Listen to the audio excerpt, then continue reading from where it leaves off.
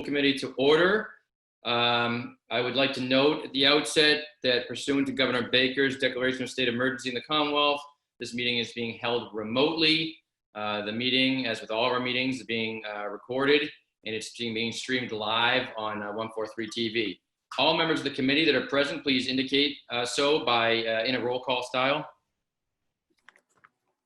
Present Paul Kearney. Present Ashley Caleri. Present Ellen Mar. Present Lydia St. Ange. Okay, all members are present. At this point, I'd like to open it to any public comment.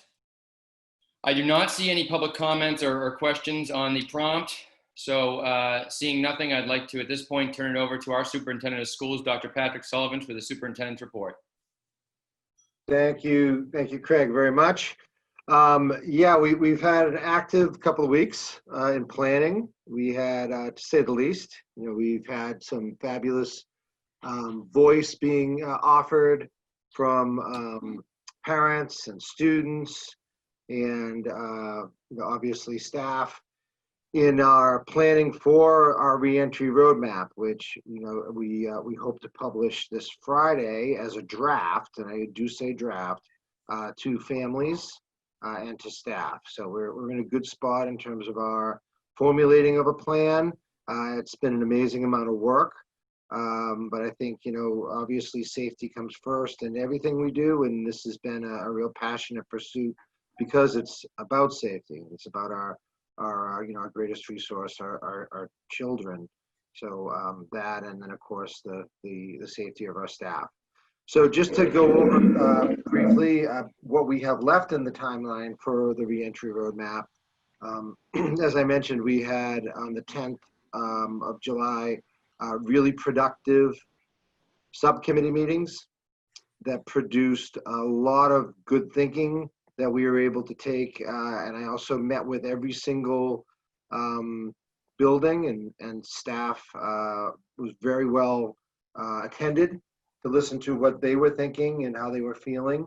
And right now we have some bargaining going on with our unions. I met today with our teachers unit, I should say, with the CTA, and we have that's going to be ongoing as we move through the process. We have a draft of our reentry plan, which will be a comprehensive draft. It will also offer an executive summary, which is a little more concise version of where we are and where we stand. And I hope it will also offer, if I can get this final piece done, a presentation that folks can it'll be a very interactive Prezi presentation where people can go in and actually see what we're looking at right now. And I want to make it clear that we're still formulating this. This won't be set in stone, but it is the thought of after a lot of voice that we've collected. So we have organized our Zoom forum presentations for families. This, of course, will be communicated on Friday when I do send the draft out. And I will be. I also will be. Putting this, whatever I'm using, I believe it'll be a Zoom platform of some sort. I'll be working with my technology team tomorrow to get a sense of how we can do this best.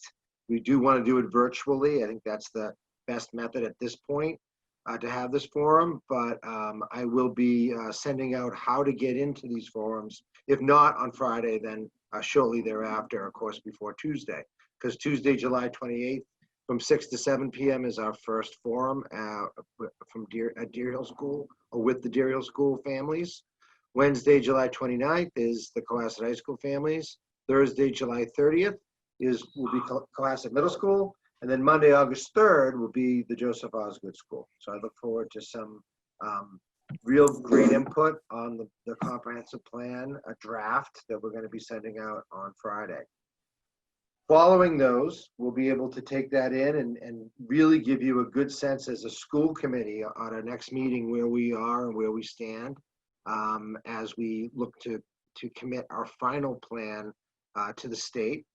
And then, of course, we'll make our adjustments. And my goal is to get our final plan to the state by the 10th, although I believe it has to be in on the 15th. So we have a lot of work ahead of us, but as you can see, we followed a really prescribed outline for how we can collect voice, create some plans, get it back to people, collect more voice, and move forward in the safest and best way for our students and families and staff. So that's where we are right now. Obviously, you're going to hear a lot more about this at the next meeting, but I didn't know if the committee might have any questions. I believe there was a question, Mr. Chairman, from the audience. I don't know when you want to take that, but. There was a hand raised for a moment, and I'm not sure if that was a mistake or not. We'll give that person a chance to, I will state that if you do have a question, you can type it in the Q&As, and I can see that, and then we can address it. But it was a very brief hand raise, so I'm not sure if it's a mistake or not. Okay, thank you. I got distracted for a second. I wasn't sure if it was a question or a hand raise. So any discussion from the committee on this point, from anyone on the committee? Mrs. Marr? Thank you. Dr. Sullivan, I read through the draft. It's an incredible amount of work, and thanks to you and your team. We will, and I'll just make this top line.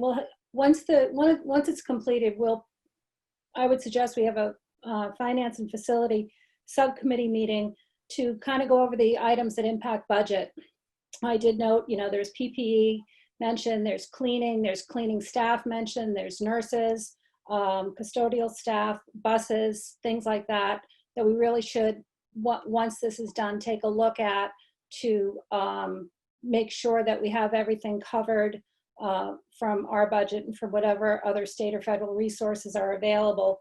And the other thing, once this is done, we will have to go back and look at some policies, specifically, in section E on transportation, EEA and EEAA, about our transportation, to whom we provide, transportation to right now, as well as section G on personnel, and how potentially some of the MOAs might require our policies to be adjusted.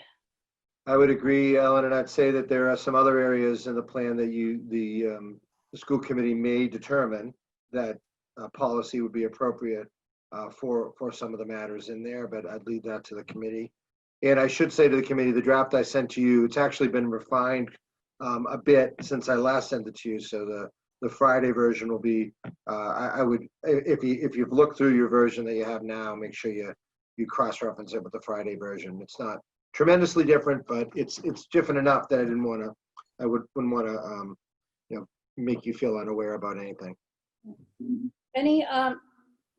Many other districts are asking MASC for a list of policies that could be impacted by these. So we might not have to, hunt and dig ourselves to find which ones need to be updated. There might be a list readily available from MASC at some point. Yeah, I actually have it. There's a few. There's a few that could be reviewed. So that I won't belabor this right now, but I agree, Ellen. There's a lot of things we can think about in the document, the roadmap that we certainly would and could create policies around if the committee so sees fit. Mrs. Marr, with regard to your first point relating to facilities and finance subcommittee, I don't have the subcommittee assignments in front of me, and I don't recall. Are you on that subcommittee? Yes, myself and Mr. Carney. Would you mind facilitating that then? So it's one less thing that Dr. Sullivan has to worry about once we're at this juncture that you think it's appropriate. Could you try and organize that? Absolutely, sure. Perfect, thank you. I appreciate that. That's a great help. And yeah, all hands on deck right now, that's for sure. Thank you. Is there any other further questions or just points of discussion from the committee? I can't see some of you. Lydia, or excuse me, Mrs. St. Onge or Mr. Kearney, do you have any points? I do not. Okay, thank you then. Dr. Sullivan, could I ask you to send that one-page document you just put on the screen? Can you send that out to the families? Yes, they actually have that. Oh, you mean the information they don't have is the Zoom. Everybody else has everyone has the rest of the information. The Zoom information will go out in my email on Friday when I send out the actual draft. So the draft will be attached, and all the Zoom meetings will be there, and it will also include what we have left, Craig. So yes, a long answer to what I should have given you as a short answer would be yes. I will do that on Friday if that's okay. So the Zoom was just a partial point.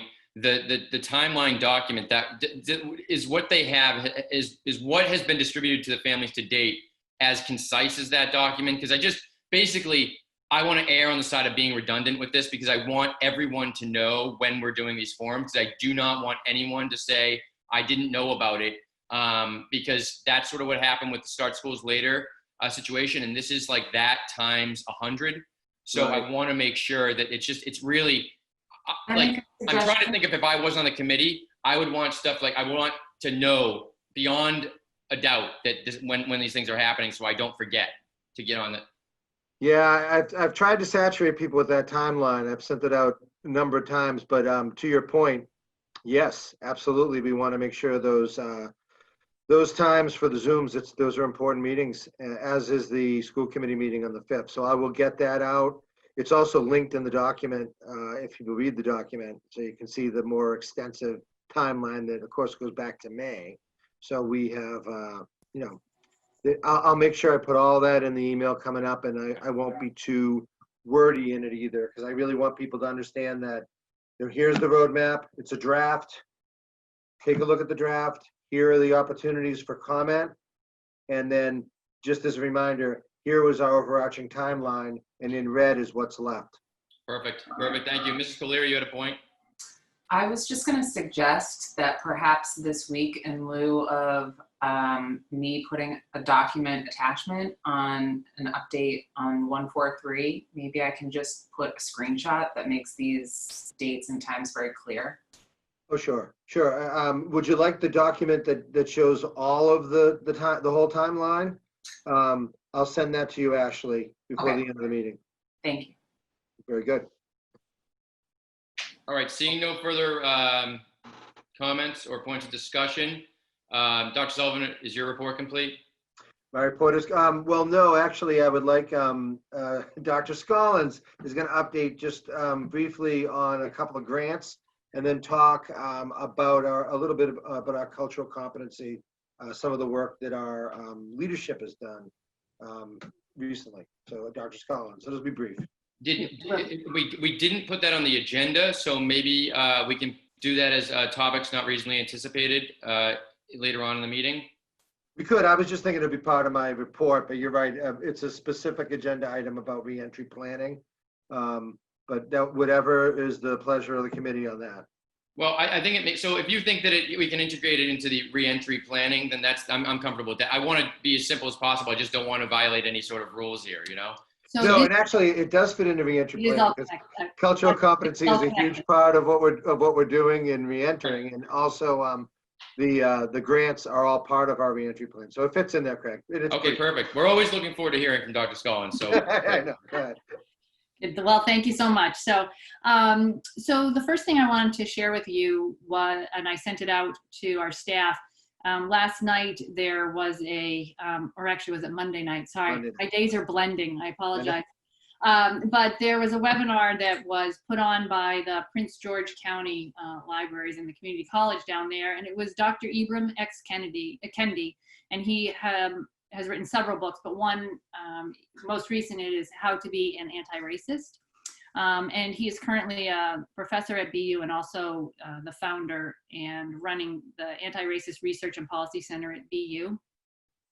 And so his webinar was really obviously related to that book on how to be an anti-racist. It was about a 50-minute presentation, and it was a Q&A. And, you know, the gist of his conversation was obviously an overview of his book, but really talking about what is racist and the definition of racist and anti-racist. And his thought process is that if you are anti-racist, no particular race group is any better or any worse than the other race group. So, and his premise is that policies are often racist in fact that they do not, they don't include everybody, or they could hurt one particular group of people. So I thought it was really thought-provoking to think of it in a very different way. He gave language around how if you felt someone was racist, how could you have a conversation with him? He was very polite, thoughtful, soft-spoken. I actually didn't expect him to be as soft-spoken as he was. And it was really just a wonderful way to just kind of hear a different perspective and thinking of it from a different angle. And he also talked about what could people do to support people, Blacks and brown people, as to what is happening right now. He talked about you could be an ally, and that means because from a moral perspective, this just doesn't feel right to you about what's happening, or you could be an advocate, and that takes another step in as to where you would be more involved in policy and making a change in the world. So it was definitely a way for me to kind of have a different perspective. Like I said earlier, he touched upon education, healthcare. It was 50 minutes. It was just like that little snippet. By the time that 50 minutes was up, I'm like, oh, wait a minute, I want more. So anyway, it was really a good starter, and our leadership team all watched it. The good news is it's archived, so anybody who wants to take a peek at it can. I would strongly urge you. It's just a different perspective. Also, we were very fortunate that we received 2 grants, and these are related to our reentry plan, because the government is funding different things in different ways. And so we're just applying for grants whenever they show up. So we were fortunate to be awarded over $22,000 in grant money for programs to help mitigate some of the impact of academics and the social emotional learning of our students. So so Barbara Swanka and I wrote a grant quickly. I think it was our first day of work too, I'm not even sure. And we threw it together, and we have a jumpstart program before school starts that will be for students at risk. And then we also were awarded funding to have a vacation program for students. So all our school vacations, we can run some programming just to help, and really specifically around academics and SEL. So the Jumpstart program will really just be for our younger students, and it will be for reading and SEL. And then at the plan for the school vacations is that it will be for ELA, math, and SEL for grades, our youngest to middle school, and then high school will just be mathematics 9 through 12. Anyway, so more to come on that, and we're planning all that. So that was very exciting. We also applied for a technology grant, and that grant allows us to look at the connectivity that we have with our families related to the internet. Fortunately, we're in pretty good shape with that. But we also were put in for Chromebooks, so that we would have enough Chromebooks for students at the younger levels, as well as document cameras for teachers. So it replaces the old overhead, if you remember those. And these are more powerful and more flexible than overheads, as well as professional development that we have booked with Ed Tech. So we have each teacher will get 6 hours of PD for Google Classroom, remote learning, and then also how to create and design learning lessons and units within a remote environment. So that will be happening, which is wonderful. And then one more, I promised it was going to be short, but I feel like I'm long-winded. We also have a Dr. Steve Bonato and Dr. Barry Plummer. Dr. Bonato is a board-certified psychiatrist, and Dr. Barry Plummer is a board-certified child psychologist, and they are going to do a presentation for families on, let me make sure I get it right, August 21st. I sent it out today at 1 o'clock. It will be a virtual interactive workshop for about 90 minutes. They will present strategies on how to bring your student back to school. You know, what are the things that you should be talking to your child about? What kind of things should you be looking for? And then there'll be a Q&A, so that will be wonderful. And those that can't attend, it will be recorded. It'll be posted on our website. And Dr. Bonato and Dr. Plummer are also going to be working with our staff. So we've also booked time with them. So they'll be giving the same, the same workshop with a teacher slant, but all of us will be hearing the same information, which I think will be super helpful for parents and staff, so that when we're working with our students and they're talking to their children, we have similar language and we're looking for the same things and using the same strategies. So that's what we have going on. Very nice. Okay, that was our Assistant Superintendent of Schools, Dr. Scollins. Thank you so much for that. So Dr. Sullivan, does that complete the superintendent's report today? I believe Ellen has a question, but it does. I am sorry, Mrs. Marr, question? That's okay. Just one quick question. Thank you, Dr. Scollins. How much was the technology grant for? That was about 95,000. And did we receive it? We just it just went in. It on was the just due. 21st. Yeah. Just due. So fingers crossed. Okay, Yeah. thank you. That will be huge. Good job on that. If we get Yeah. it. Thank you. Yeah, IT did an unbelievable job. Ron Menard, Dan Kelly, they all pulled it together. It was wonderful. Yeah, and also thank you to Dr. Collins. He'll work on those grants. She worked tirelessly with everything else she was doing to make sure they happened. Because quite frankly, they wouldn't have happened without her driving them. So thank you, Dr. Collins. Any other questions for either Dr. Scollins or Dr. Sullivan? Anything? Okay. So maybe the third time's the charm. Does that complete the superintendent's report, Dr. Sullivan? Well, yes, it does. That completes the superintendent's report. Thank you. Fantastic. Moving on to the finance report, I turn to our Director of Finance and Operations, Susan Owen. Nice. And I will get up the budget surplus. Is this the doc that would be useful, Susan? Yes, that's probably the best one, is the memo. Okay. Welcome, everyone. It's my first budget presentation officially. I know I had to do one during the interview process, but I'll try to be brief. 3 weeks in, I tried to gather as much information as I had to the best of my ability, so I'll give it a shot.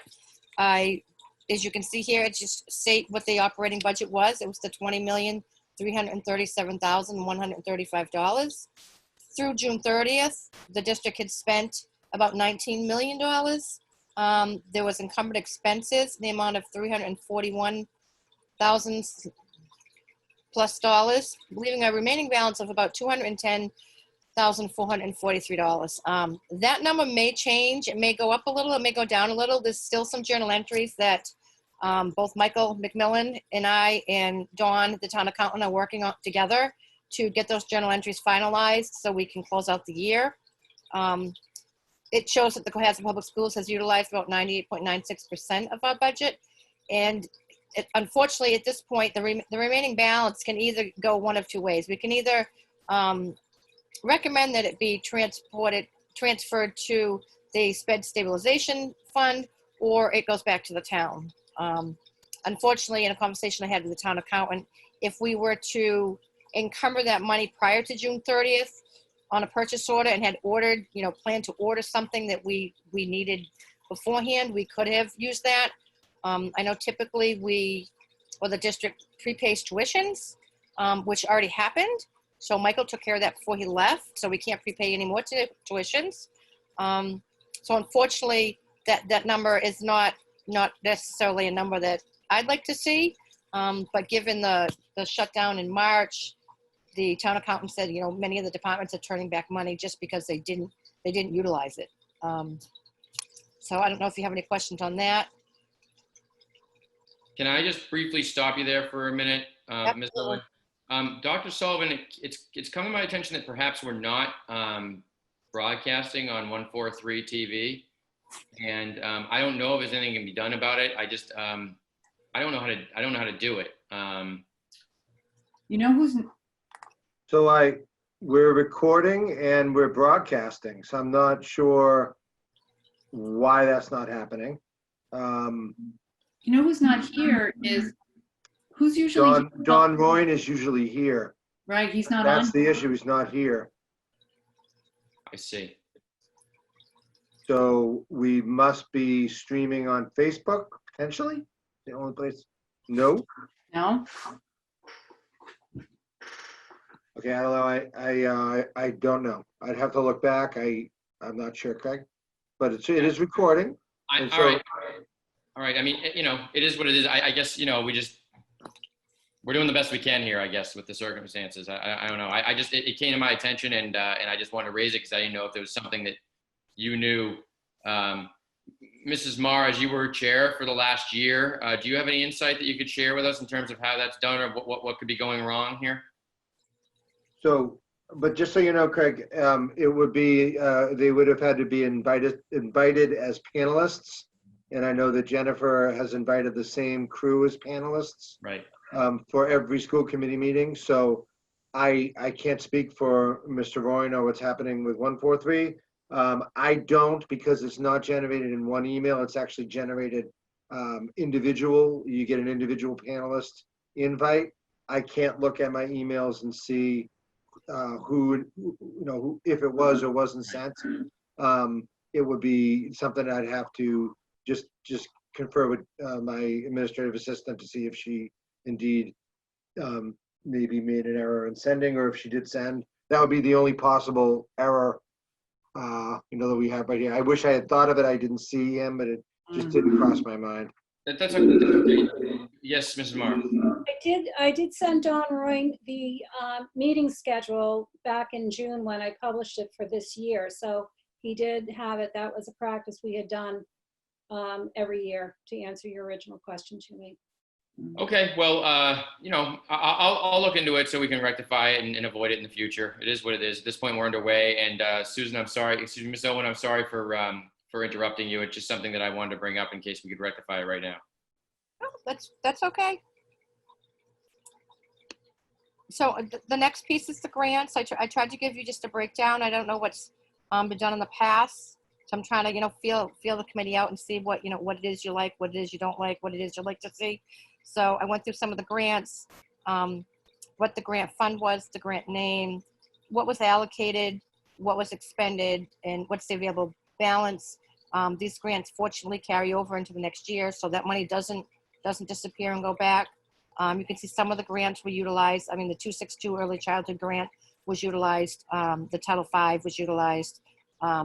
And the bigger grants had minor balances that will carry into 21. And then I looked at some of the projects that Michael had been working on and reached out to facilities and Nick and others, everyone involved actually. So the 7D van, the wheelchair van is here. It's in the process of being registered. Hopefully we get some use out of it in the fall. The middle school entrance upgrades is been in progress. The only thing left is the security doors and the lobby guards need to be installed. The PPE is a big one. That kind of covers a whole bunch of everything. That's going to be in progress for a long time. We've been working with the principals, facilities, administrators, the emergency management department to obtain the proper PPE equipment and the proper quantities and quality. So, we've had lots of discussions of 2 ounces of hand sanitizer, which is great for the students to be able to hang on to and put in their pockets and carry with them.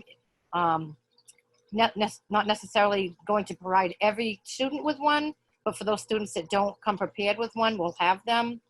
We're going through all kinds of different, do we have clear masks? Do we have shields? So that's a big ongoing project that we're working very closely with the town with as well. And actually, Susan, I'd say we're very well stocked right now in PPE, according to what we were supposed to order for the time period we were supposed to order it for. So we have and when I say stocked, we actually have them in possession. Yes. There are some things on order, so we don't have everything, but most of the gowns and the masks and the everything that we were supposed to have in reserve for our students and staff in that early order we've done and we've received. So we're in a good spot with that. And there are some things, as Sue said, like hand sanitizer that we have. I think we have something like, I think it was 60,000 usages. We have 75 dispensers already installed in our schools. So, we're moving along with that. We have a tremendous amount of the 8-ounce hand sanitizer ordered. We'll talk about a lot of this next time when I talk about upgrades and all that, but I just wanted everyone to know that we're in a good spot, relatively speaking, regarding PPE and where we should be right now. So I'm sorry, Susan. That's okay. May I ask a question in regards to the middle school entrance and the lobby guard, Ms. Owen? That seems to be something that's been in progress for a while. What is the status on that? As though we didn't have enough to deal with right now, but I am wondering about that. Well, I reached out to Nick and I asked him, and he said the project was just about done, but they were waiting just on the security doors and the lobby guard. I don't know what they're waiting for. I don't know if COVID kind of put a screeching halt on that, because the custodians are running around doing other things. I can certainly find out and get back to you, what is holding that up. I mean, this was a good list for me as well, because putting together, because these are the things that I can start really following up on that I know need to happen. Sure, please do follow up on that for us. That'd be great. Absolutely. Craig, Sue doesn't necessarily know this because she doesn't know what it looked like before, but it's been framed out for the doors. So there is movement there. So I think it literally is just the actual installation of those doors, and then the lobby guard that would come with it. So I mean, the windows up. There's been a lot of work done in there, but you're right. It should be done by now. And time's moving, so we got to get that done certainly before we start school. Sure. Yep. Sounds good. So the water fountains, they've been installed. Right now, we're just waiting for the electrician to do the final hookups. That was the conversation I had with Nick yesterday. So that should be wrapped up fairly soon. The Osgood Playground is completed. They finished off the first and second week of July, I believe. They came in and finished the final fencing. And we took a walk over there, Michael and I, before he left, and took a look at it. And it was just about done then. The auditorium projector, not sure what has been taking so long. It's in progress. The vendor I reached out to yesterday and asked him to send me the quote, because I don't have anything on hand. And I want to get that moving as fast as possible, because that should be, I shouldn't say a minor, but that should be a very small, a small project. It shouldn't take this long if we voted to have this done months ago. Sidewalk repairs, we know we've been living it, playing hopscotch, getting into the building every day for the last few weeks. I don't know, did they finish paving?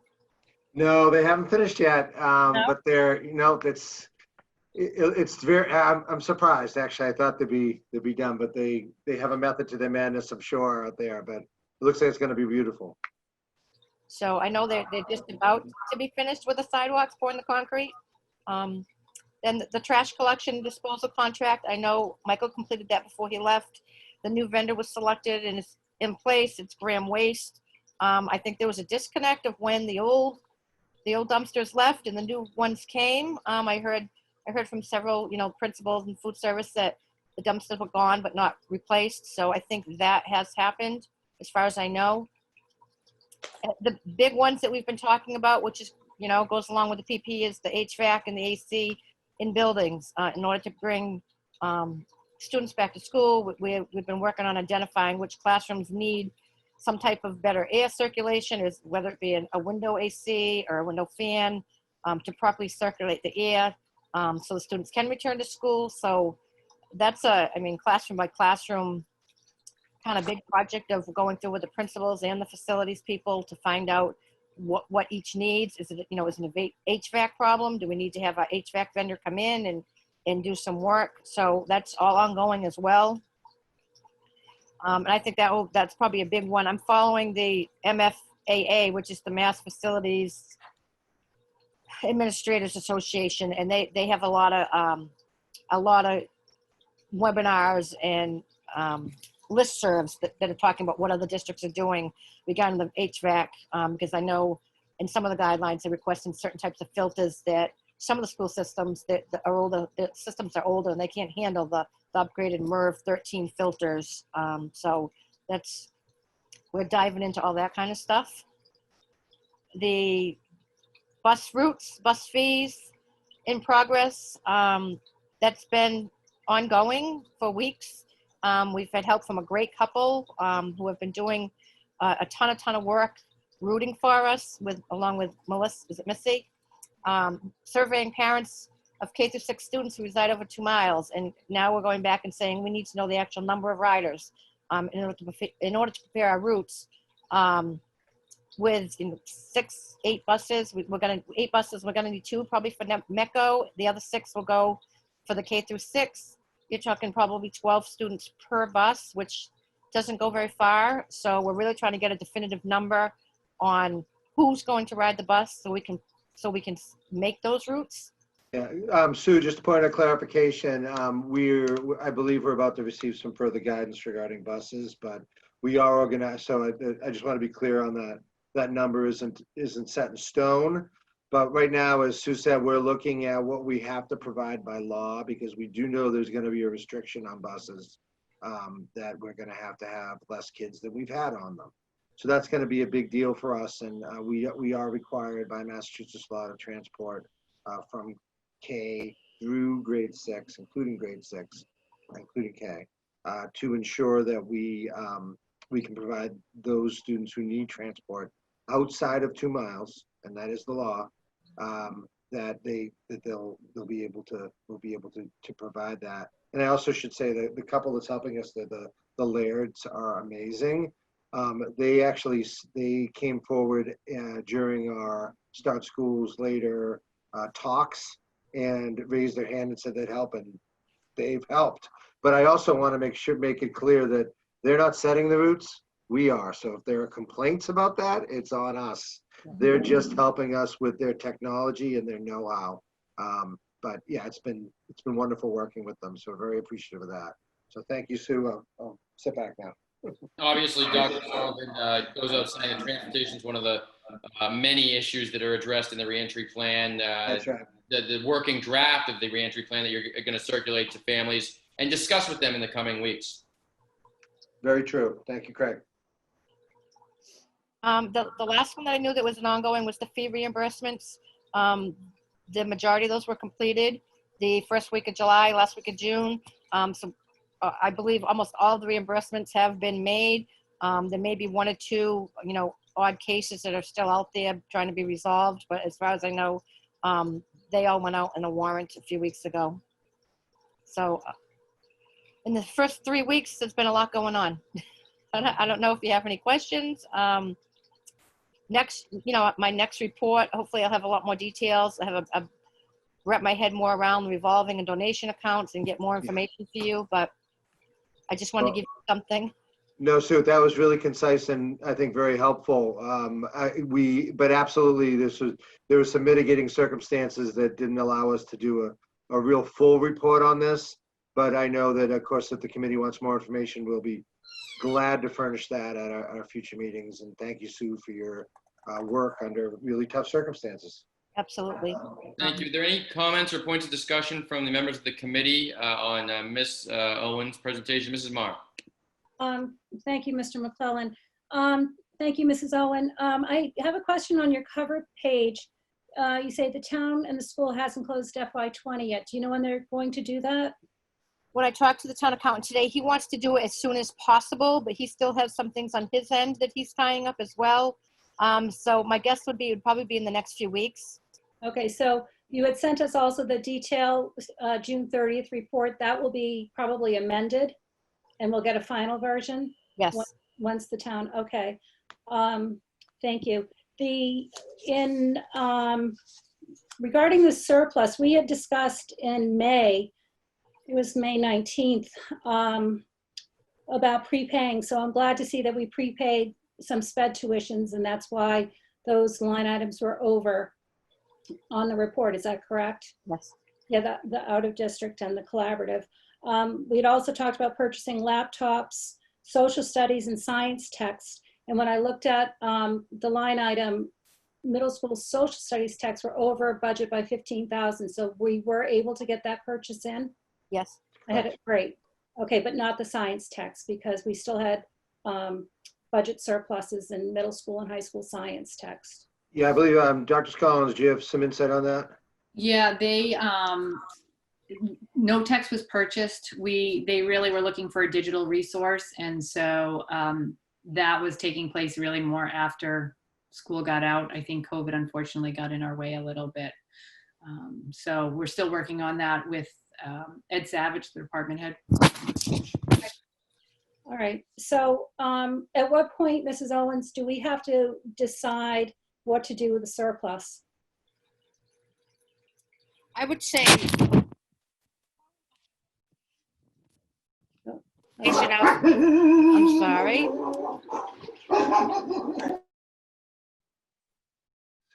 Dog. Yeah, right. It's the COVID world. It happens. It's tough timing. Well, this is the world we live in, I guess. There's That's no problem. Let's not waste the time and let's go into, we can just pause the finance report for a minute. Here we go. Great. that was no problem. It happens.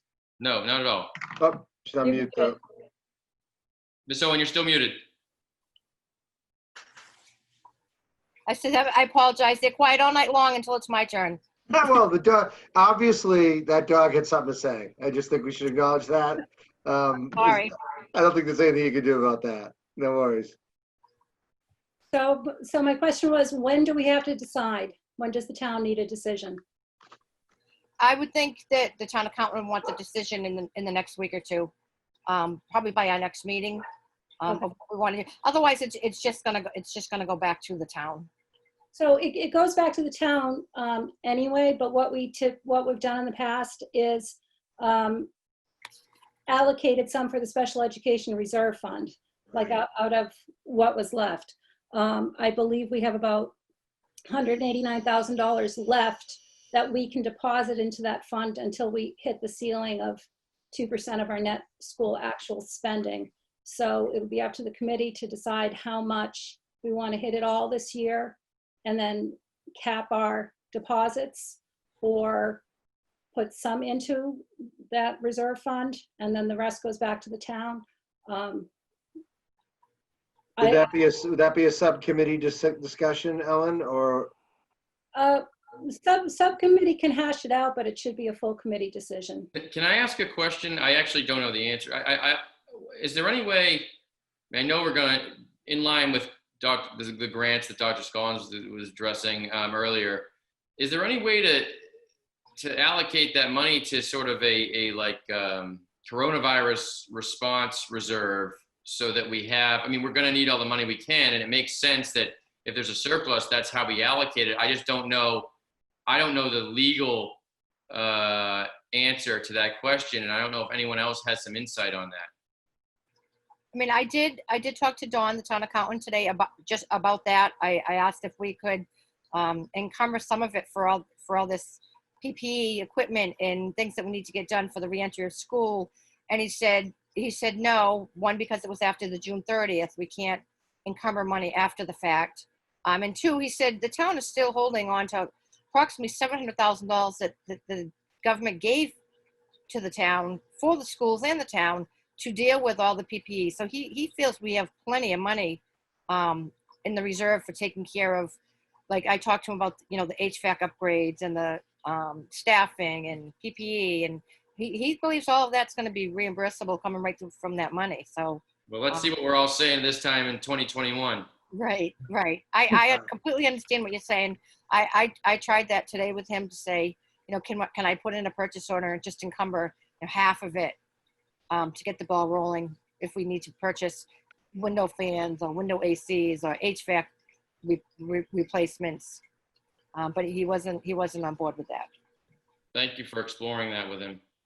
So anything that we give back to the town drops to their free cash line. And then what they do with that is they allocate it to either the general stabilization fund or capital stabilization. If you remember through the last process, Chris Senior was saying, they're looking at $2 million for a special town meeting in the fall for capital. So anything we give to the town will most likely fall in proportion to that fund, which will help us, with the requests that we have.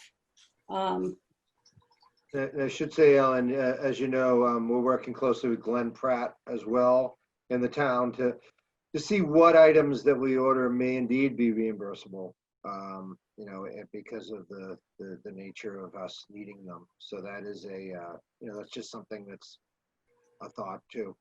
So Mrs. Owens, prior to Michael's departure, I had asked him if he could set up cost accounts for specific PPE purchasing so we could actually track by invoice what we spent.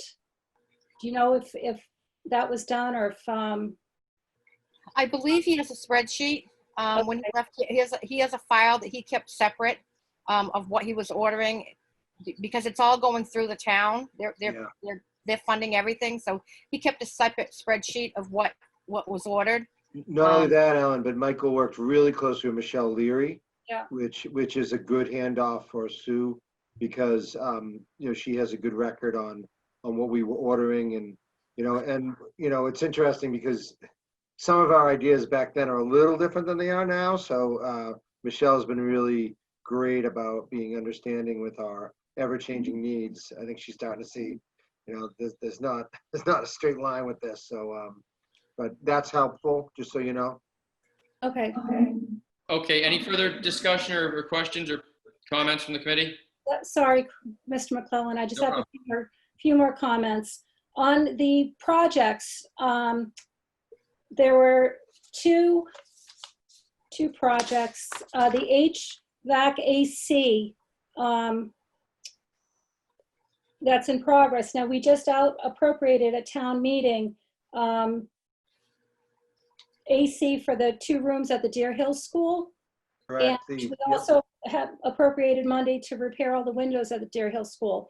So in light of that, in light of what the draft entry plan talks about, ventilation and windows and AC units, I just want to make sure that we marry up what our new needs are with what was appropriated at town meeting.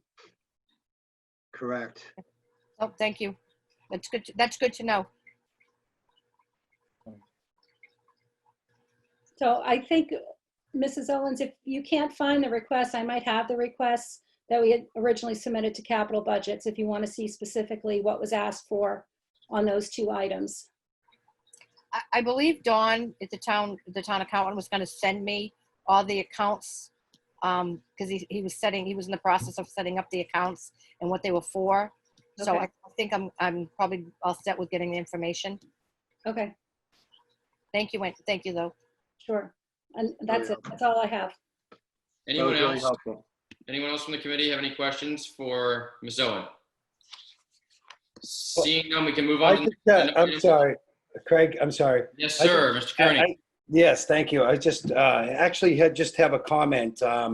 As far as we've been looking at messaging boards, I'd like to see if we could revisit that, because one of the messagings that we want to tell children when they go into school is, stay 6 feet apart, wash their hands. And I just think that some of these messaging boards that they have in other schools are going to be a big asset to them, something that we don't have in our community. We only have one at the Deer Hill School. I was wondering if we could maybe take a peek at looking at that situation, because I think messaging is important. We talked about earlier is how we're going to get the parents to that Zoom meeting. It'd be nice to have a messaging board out in front of the school telling everybody what was going on and then reiterating the message throughout the school system. I know we talked about it, but I think more and more importantly, especially in today's time with messaging that needs to be out there directly, I think that's important that we look at that situation now. Just a comment. I think that's a really good suggestion, Mr. Kearney. And to your point, it's not the first time you've raised it. Maybe that's something we can look into in terms of allocating the these funds that for the reentry purposes. But I who knows where that falls in the priority of things. But please keep that. Let's keep that in mind and discuss it. Maybe in the facility subcommittee, you can discuss the sort of realities of that request and whether it's something that's feasible for us. I have kind of a related question, and I don't know if the timing is correct, but Mr. Kearney's comment made me think of it in terms of getting the information about the Zooms. The things that the police put up to say brush day or watch out people in the street. I feel like having one of those that says the Zoom times might be super helpful, on the way to Sandy Beach or something like that, routes people are on in the summer, just to get the word out there. It's a really good idea. It's a really good idea. When you said that, I thought of the signs that we put up to say there's football games or soccer games or field hockey games. We put them up. Perhaps we could use those as well. It is short order. It's tight. I mean, people in my roadmap timeline, they did know that they were coming this week. I know a lot of parents knew that. but they didn't know the specific ones. So it is a little bit short notice telling them when the specific ones are. So yeah, I can work on at least those signs around here that I have access to, getting those up tomorrow. Well, perhaps Mrs. St. Ange would be willing to assist Dr. Sullivan with that effort so that it's one less thing on his plate and maybe something I feel like it's something that a few calls, we could get some answers on that. If you're willing to do that, that'd be really helpful. Yeah, we can broadcast them everywhere. I do need to talk tomorrow to Dan and to Ron just to make sure I have the right forum for it. You know,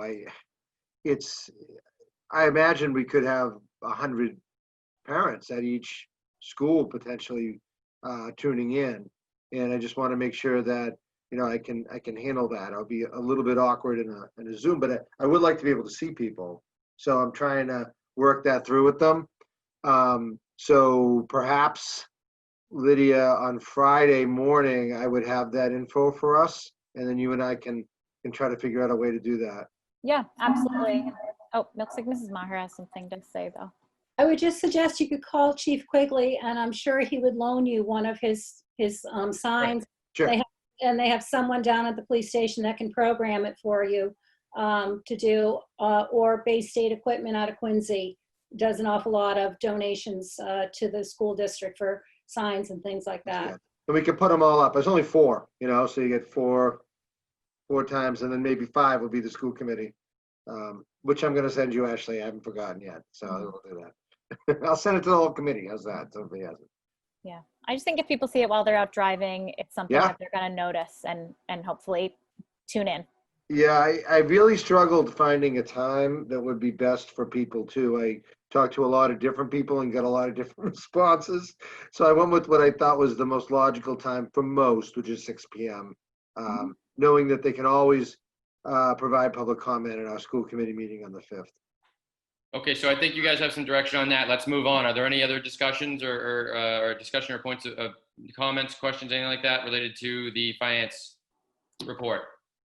Seeing none, let's move on to the next agenda item. That's the school committee, the subcommittee comments and liaison updates. Are there any updates or reports from any of the groups or subcommittees? Okay, seeing none, we'll move on to the next agenda item. This is a carryover from our last meeting. As you recall, we had some meeting minutes that we were unable to approve because we didn't have a quorum for the approval of the Wednesday, May 20th, 2020 school choice meeting that occurred.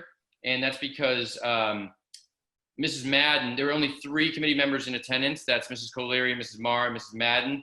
And Mrs. Madden was replaced by Mrs. St. Ange, so we did not have her vote. But in the interim, I was able to get her written approval of those minutes. So she has voted in favor of those minutes. So I would ask for a motion to approve the May 20th, 2020 school choice meeting minutes this time.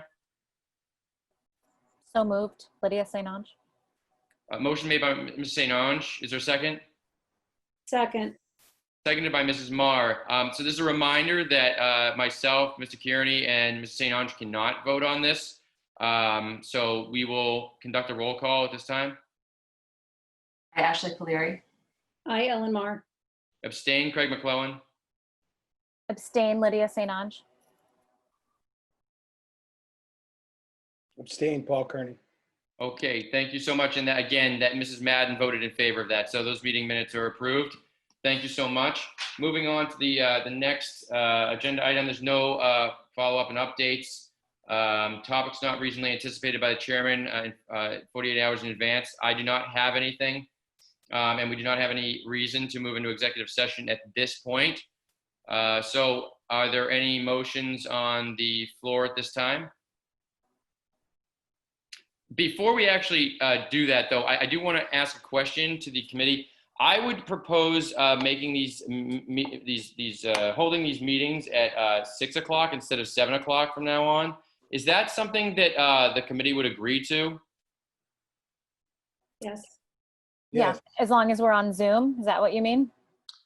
Yes. Yeah. Sure. Okay, so so perhaps can we just can we take a roll call for that? We're going to change it from standing time from 7 p.m. to 6 p.m. just because we're on remote hearing here. I'm just trying to get a vote on this, and we have to sort of do it by roll call. So could everyone indicate what their position is on that? I think, don't you have to take a motion? So I make a motion to move the start time of our weekly school committee meetings to 6 p.m. Thank you, Ms. Colery. Is there a second? Seconded. Seconded by Ms. St. Ange. Thank you. Roll call, please. I, Ashley Caleri. I, Lydia. I, Lydia St. Ange. Hi, Craig McClellan. I, Paul Kearney. Mrs. Marty, did you already vote? Yes, I did. Okay. So that has been approved. So that's great. I think that's a better standing time, 6 o'clock for folks. So that's great. So at this point, are there any other motions on the floor at this time? I don't have a motion, but I just wanted to raise something for consideration. Can we come up with a roll call order? Sure. I always envisioned it as being, so in my mind, I always Our seating order. our seating. Yeah. So I always thought of Mr. Kearney first, Mrs. Colery second, Mrs. Marr third, which would now be me third because I'd be sitting in the middle. So I don't know how we want to do it. If we want to do it alphabetically or something, it doesn't matter to me. Yeah, maybe you can just send us a roll call order. Is that okay? By email? Sure. We'll just. I can do that. Because I think that will actually make our meetings a little less like. Yeah. I think it's a valid suggestion. Okay. Looking for a big motion here, guys. Anyone want to make it? Motion to adjourn. Oh, there's been a motion to adjourn by Mrs. Colery. Is there a second? Second. Seconded by Ms. St. Ange. All in favor, roll call, please. I, Ashley Caleri. I, Paul Kearney. I, Ellen Mar. I, Lydia St. Ange. I, Craig McClellan. Thank you all. Have a very pleasant evening, and thank you to our administrators for all your tireless Yeah, efforts. thank you guys so much. Thank you. Thank you very much. Good night, everybody. Good night, everyone. Night. I. Email's coming, Ashley. Thank you. That was quick. I couldn't even get it done. That was so quick. All right. Thank you. Bye-bye. Good night. Thanks.